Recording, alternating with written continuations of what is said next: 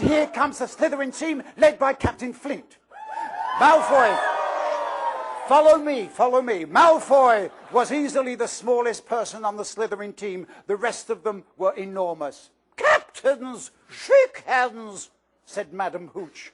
Flint and Wood approached each other and grasped each other's hands very tightly, and looked as though each was trying to break the other's fingers. Mount your broomsticks, said Madam Hooch. 3, 2, 1. The sound of her whistle was lost in the roar from the crowd.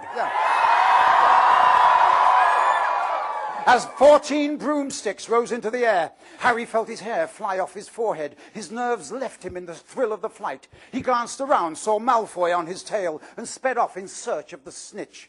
And it's Gryffindor in possession. Alicia Spinnet of Gryffindor with a quaffle, heading straight for the Slytherin goalpost. Looking good, Alicia. Ah, no! Quaffle intercepted by Warrington. Warrington drops the quaffle is caught by Johnson. Gryffindor's back in possession. Come on, Angelina. Nice swerve around Montague. She scores. 10-0 to Gryffindor. Yes.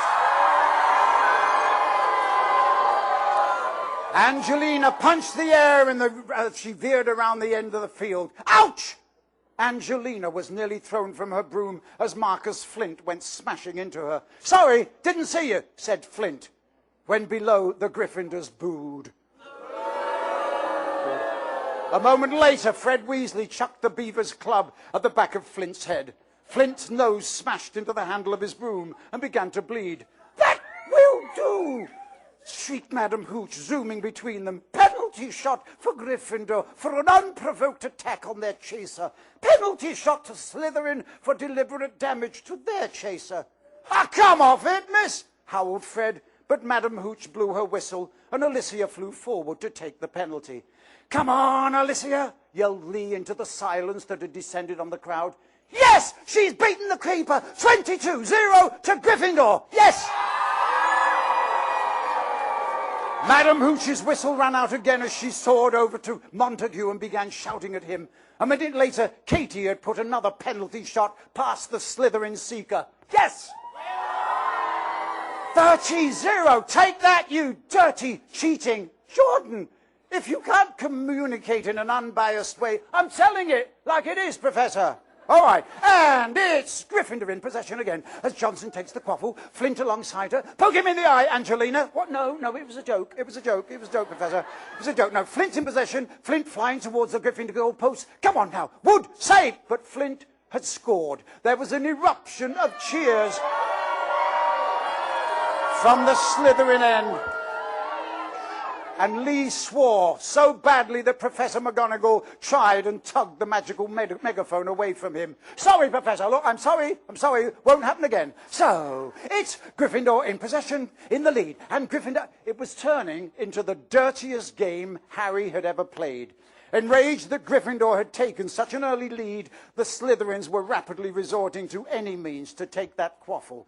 Katie scored 50-10. Fred and George Weasley were swooping around her, clubs raised in case any of the Slytherins were thinking of revenge. Bowl and Derek took advantage to aim both bludgers at Wood. They caught him in the stomach, one after another, and he rolled over in the air, clutching his broom, completely winded. Madam Hooch was beside herself. You do not attack the keeper unless the quaffle is within the scoring area, she shrieked at Bowl and Derek. Gryffindor penalty. And Angelina scored. Ah, Gryffindor was in the lead, and if Harry caught the snitch now, the cup was theirs. And then he saw it. The snitch was sparkling 20 feet above him. Harry put on a huge burst of speed. The wind was roaring in his ears. He stretched out his hand, but suddenly the firebolt was slowing down. Horrified, he looked around. Malfoy had thrown himself forward, grabbed hold of the firebolt's tail, and was pulling it back. Harry was so angry enough to hit Malfoy, but couldn't reach.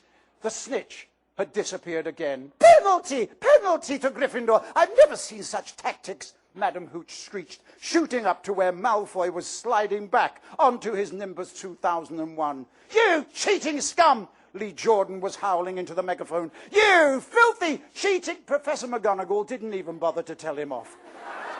She was actually shaking her finger in Malfoy's direction, her hat fallen off. She too was shouting furiously. Harry was now marking Malfoy so closely their knees kept hitting each other. And then he saw something that made his heart stand still. Malfoy was diving, a look of triumph on his face, because there, a few feet above the grass below, was a tiny golden glimmer. Harry urged the firebolt downward, but Malfoy was miles ahead. Go! Go! Go! Harry urged his broom. He was gaining on Malfoy. Harry flattened himself to the broom handle. It was at Malfoy's ankles. He was level. Harry threw himself forward, took both hands off the broom. He knocked Malfoy's arm out of the way, and yes! He pulled out of his dive, his hand in the air, and the stadium exploded.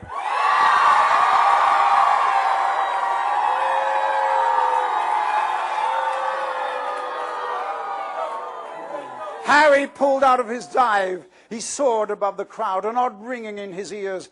The tiny golden ball was held tight in his fist, beating its wings hopelessly against his fingers. Then Wood was speeding toward him, half blinded by tears. He seized Harry around the neck and sobbed unrestrainedly into his shoulder. Harry felt two large thumps as Fred and George hit them. Then Angelina, Alicia, and Katie's voices. "We've won the cup, Harry! We've won the cup!" Tangled together in a many-armed hug, the Gryffindor team sank, yelling hoarsely back to earth. Wave upon wave of crimson supporters was pouring over the barriers onto the field. There was Percy jumping up and down like a maniac, all dignity forgotten. Professor McGonagall was sobbing harder even than Wood, wiping her eyes with an enormous Gryffindor flag. And there, fighting their way toward Harry, were Ron and Hermione. Words failed them. They simply beamed as Harry was borne toward the stands where Dumbledore stood waiting with the enormous Quidditch cup. And the whole stadium cheered themselves hoarse.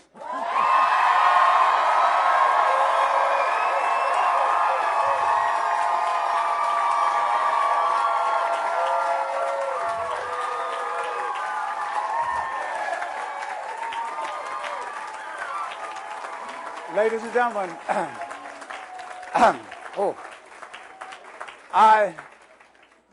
I think this is the second best fun I've ever had in my life. That's an adult joke, I'm sorry. Seriously, I've never enjoyed myself so much. You have been an absolutely adorable, wonderful audience, and I thank you for being part of the Harry Potter Odyssey, as it were. It's been fun speaking with you and talking with you over those tapes and those CDs over the years. And I thank you all so very much. You've given me so much love, so much support. And I hope you enjoy Book 7. Thank you very much.